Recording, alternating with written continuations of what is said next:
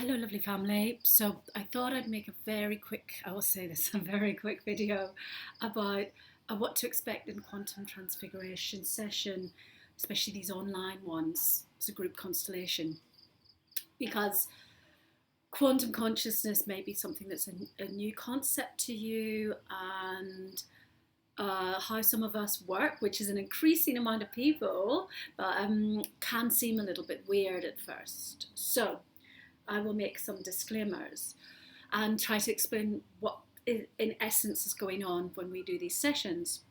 So this will be explained in the first session. We're going to record that, but so I'm giving you really short insight. There's a thing called morphic resonance, and indigenous societies like the Anangu of Australia, they know all about this, and it's the interconnectedness of everything. And also we have like species data. Oh, got to turn around it. Forgive the spirulina. Okay, I'm just gonna keep going with it. So the we I bet some of you are like, I really can't stop looking at that now. Okay, I'll get rid of it. Okay, done. Okay, did that for you. Okay, so basically we have the possibility to create species change. And as we know now, epigenetics means that codes and traumas get passed down the family lines. And the gene keys system is an amazing system which gives an insight to each person's personal genetic blueprint.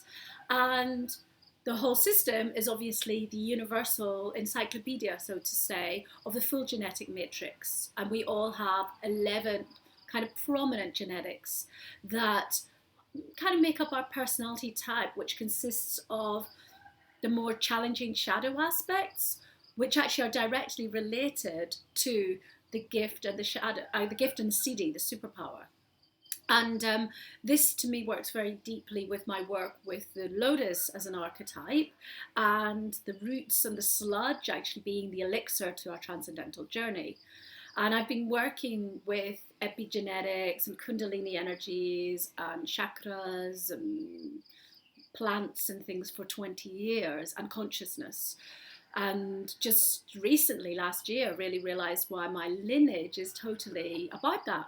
Not the only thing, but that my ancestors were keepers of the Kundalini energies of the Knights Templar, and then another tribal group that I come from, the Tuareg people, are known as the Serpent people. So many years I was researching and on my own personal journey with these energies, and only last year when I did a very big mission across the planet with weaving with the Quetzalcoatl and the Rainbow Serpent codes, did more of this finally drop. And actually the final bits of codes dropped when I was in the Great Pyramids of Giza. And I was shown some serpent, double helix, sun signs by the guardians there. So, and some transmissions took place. So I know that Spirit is trying to tell us that it's time to do this work on the planet. I'm going to explain more about that on the session. Now, when we do quantum work, and there are many techniques, there's theta healing. I've got a dear sister who is my teacher in quantum liberation, which has affinity frequencies in some respect to this, and I'm really grateful for her teachings. But my work is very different because it's more about pinpointing in the genetic field and working to upgrade, and we look through people's stories to find points of resonance with each other. So we all have resonance, and there's things we don't have resonance with. We shouldn't do them, you know. And we all have all the genetics in us. We all are everybody and everything. But when somebody's got the story of something, we can connect with them and their story. And as they come to self-realization about their coding, that's where we, in the space-time continuum, can connect with the zero-point gravity field, which I call the source of all that is and all that is not, and can start to rewire.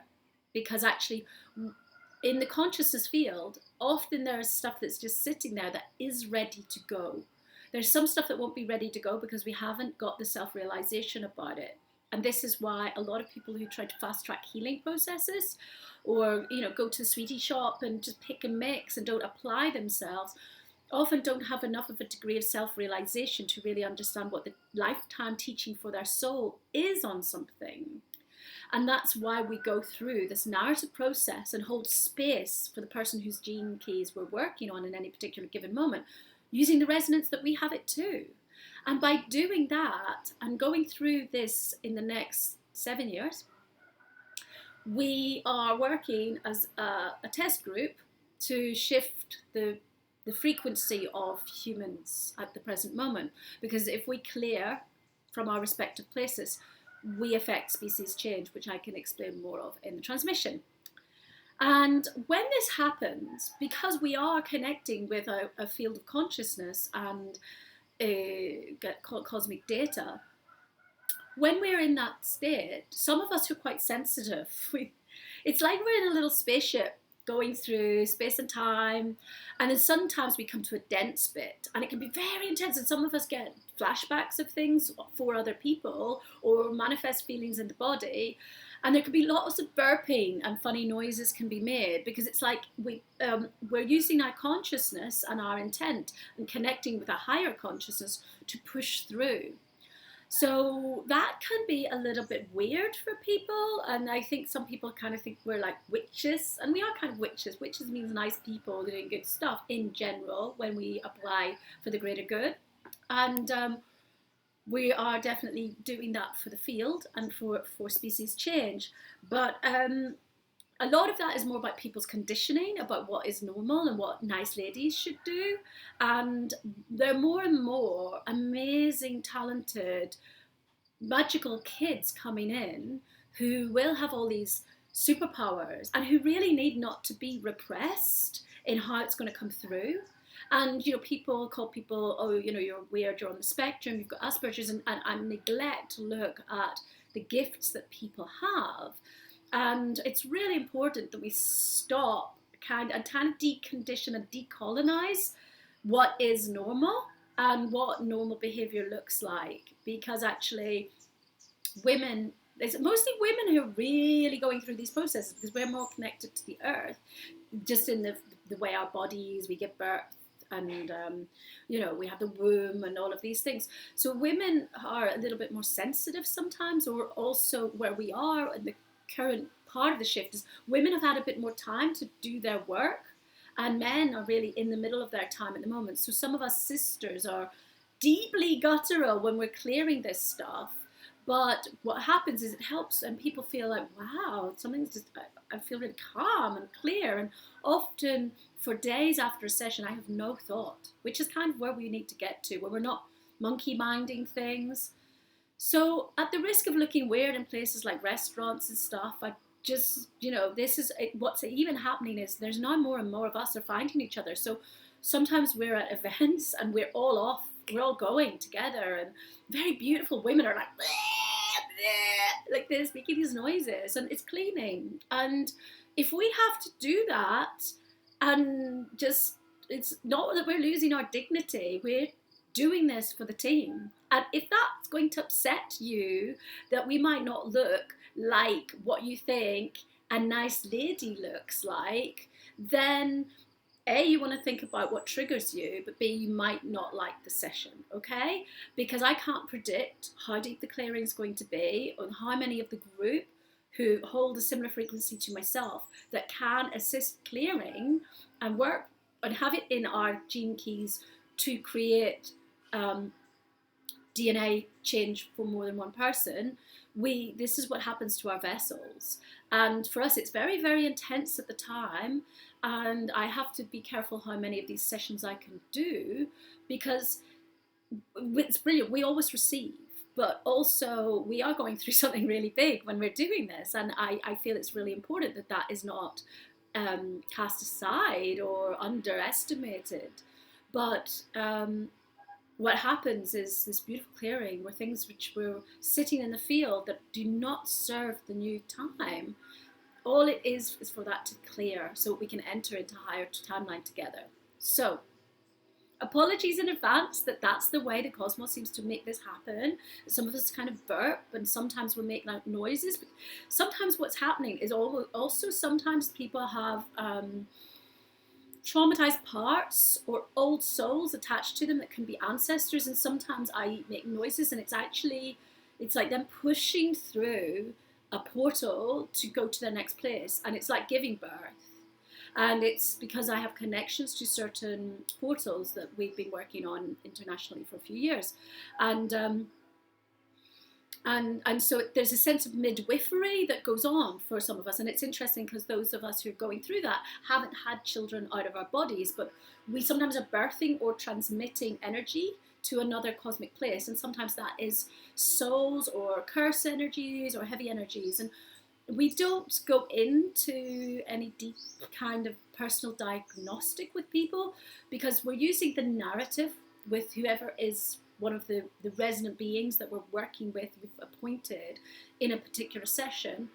Their story is all we need, and we even keep them out of story because we're there to find the root and the patterns and the residues and to clean that communally. And so this is not about drama of, oh, there was a ghost or there was an ancestor.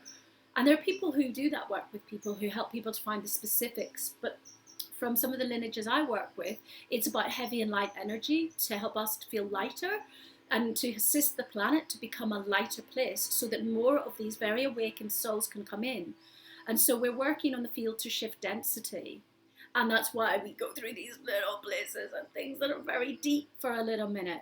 And sometimes there's something going through like a birth canal or a portal to go to another place.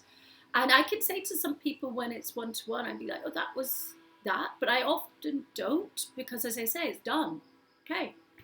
So sometimes if people need a bit, they can have a session with me if they want to find out more and go in deeper to those things. And I can go, right, that's an aberration point.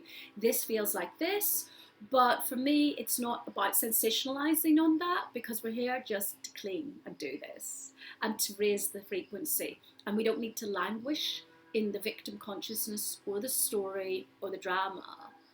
So that we're more resilient for the times that we're in. And there's no finger pointing and things like that.